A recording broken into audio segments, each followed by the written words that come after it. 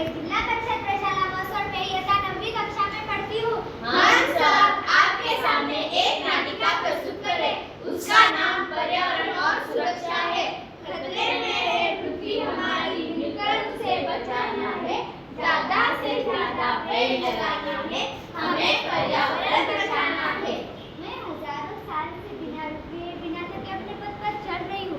मैं तभी थी जब आप लोग नहीं थे और मैं तभी रहूंगी जब आप लोग नहीं रहेंगे। लेकिन लगता है कि मैं अब थक रही हूँ। आपकी धरती माता थक रही है, मेरे बच्चों में थक रही हूँ। धरती माँ, आप क्यों थक रहे हो? उसका कारण क्या है? हम इंसान से कोई भूल हो रही है? ये सोचने वाले और इस विषय पर चर्चा और अध्ययन करने की जरूरत है। मैं तो कहती हूँ कि इस पर यानी कि पर्यावरण के जड़ तक जाना चाहिए। पर्यावरण बचाओ, अपनी धरती माँ को बचाओ। अरे खाली पर्यावरण बचाओ, अपनी धरती माँ को बचाओ, इतना कहकर अपने आप धरती माँ कैसे बचे? कैसे बचे?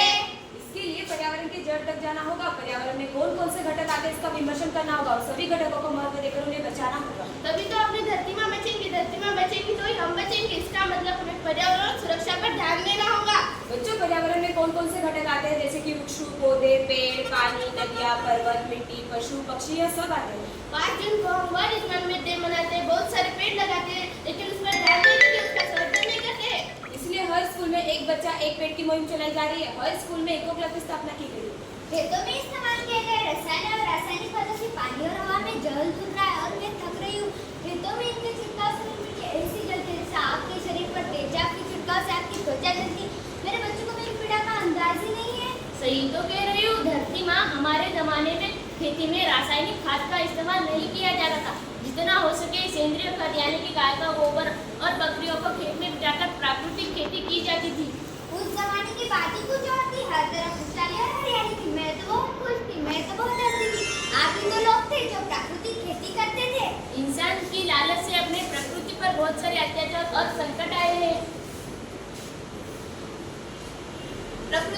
प्रकृति पर संकट है। भगवान, अब क्या होगा? अपनी धरती माँ का संरक्षण कैसे होगा? अब क्या करना होगा? बच्चों, घबराओ मत। तुम्हें अपने से बड़ों को समझाना होगा, यानी कि तुम्हें किसान को बोलना होगा कि प्राकृतिक खाद खेती में डालें। इससे अपनी मिट्टी बंजर होने से बचेगी और उससे जो अनाज मिलेगा वो प्रदूषण मुक्त होगा, खाने के लिए पौष्टिक होगा। जल संकट, मिट्टी का संकट और तो और मोबाइल का संकट, स्वच्छता का संकट, आबादी यानी जनसंख्या बढ़ने का संकट। सभी ने इस पर नियंत्रण किया तो धरती को बचाया जा सकता है।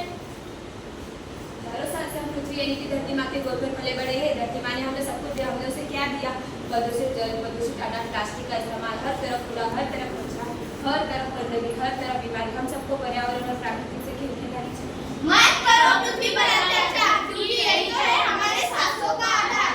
प्रकृति से खेल यानी कि जैसे कि उत्तराखंड में दराली और 5 अगस्त मनाते हैं, पूरा गांव तहस-नहस हो गया। हर तरफ मलबा ही मलबा। कितनों की जाने गई है। ग्लोबल वार्मिंग के कारण हिमालय की बर्फ पिघल रही है। बादल फटने की आए दिन घटनाएं हो रही है। गंगोत्री, यमुनोत्री, केदारनाथ अति ऊंचाई स्थित में क्षेत्रों में सावधानी से जाना चाहिए। सही कहा आपने टीचर। सावधानी ही सुरक्षा है। पशु, पक्षी, प्रकृति, जल, पर्वत, नदियाँ हमारे धरोहर में, इनकी सुरक्षा हमारे प्राथमिकता में होनी चाहिए। If you truly love nature, you will find beauty everywhere. You are absolutely right teacher. हमारी प्रकृति है तो सब कुछ है, हरी भरी है हमारी धरती। हर मन को अपनी सुंदरता से हरती। पेड़ पौधे, नदी और झरने हर तेरे मन को यह सबके। पुराने जमाने में आप ही तो थे मेरे रखवाले। तब आप प्राकृतिक खेती करते थे। बच्चों में तुम्हारी माँ मैंने तुम्हें सुख से जीने के लिए पर्याप्त साधन दिए, परंतु तुम्हारी लालच की पूर्ति नहीं दी। ऐसा लगता है कि थोड़ी सी आदि पैदा और लालच की आप अपनी पीढ़ी अपने बच्चों के बारे में सोचना ही बंद कर दिया। कोई नहीं बचेगा, सब खत्म हो जाएंगे। धरती एक परिवार जैसी, सबका भविष्य केवल एक।